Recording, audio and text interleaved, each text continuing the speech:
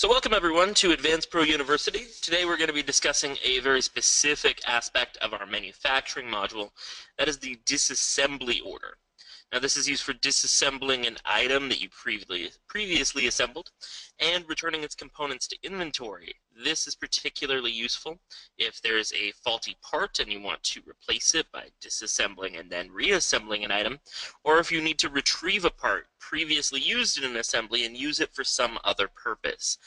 You can feel free to think of a disassembly work order as being the equivalent of a return with respect to manufacturing.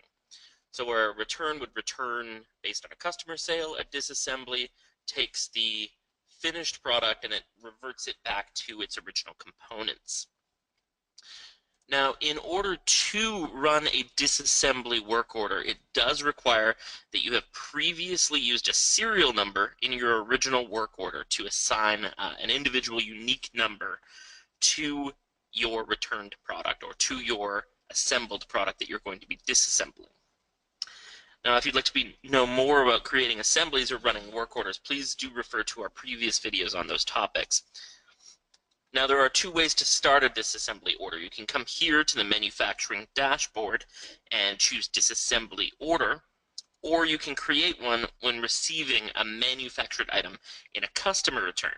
So if we bounce over to the warehouse and go to receive customer returns, and we open that up, you will see a DO checkbox, which stands for disassembly order. So since this is an assembly item, we can check that off, and when we receive the item, it will begin a disassembly order in much the same way that if you're short on stock, you can automatically create a work order or a vendor order. So coming back to our manufacturing panel, let's go ahead and choose disassembly order to begin the order, and now we have to choose the item that we're going to be assembling. So it does require that you have the item in your stock. You can't disassemble something that's not in your inventory currently. So we'll choose an item. Now we just set up our filters, so it must be manufactured between the dates specified. You can choose the warehouse and you can choose the work order number. And let's go ahead and hit find. And these are the serial numbers that were produced on the date specified.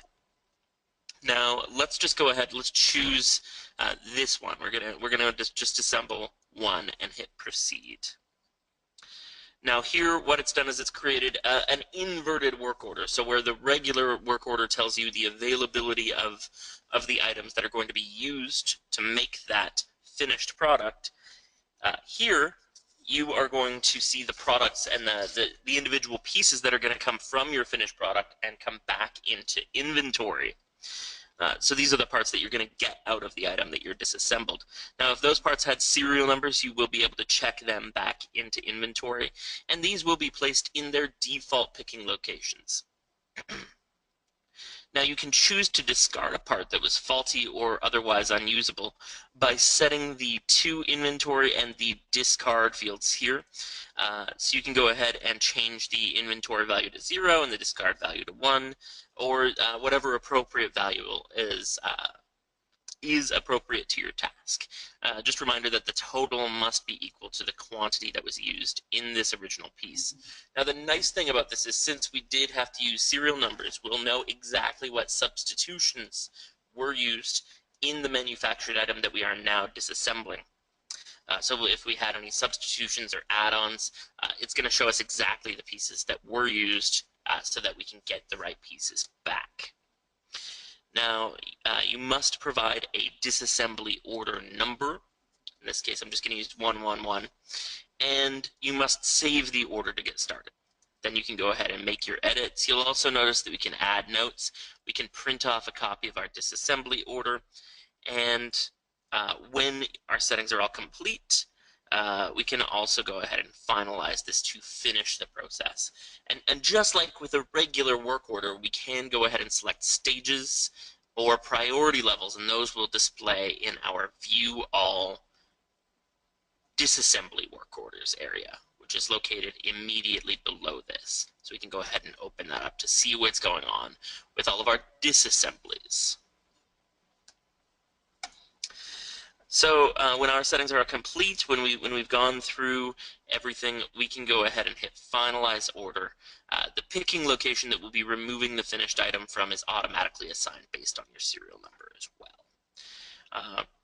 Now we also have access to a paper trail. Let's go ahead and finalize this order. And if we need to, we can make cost adjustments that'll adjust our cost of goods sold as well. Go ahead and finalize that order. So now that's finalized. We've removed our finished good from inventory.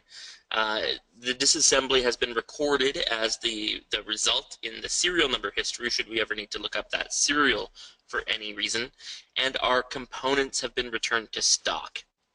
So this concludes our lesson today.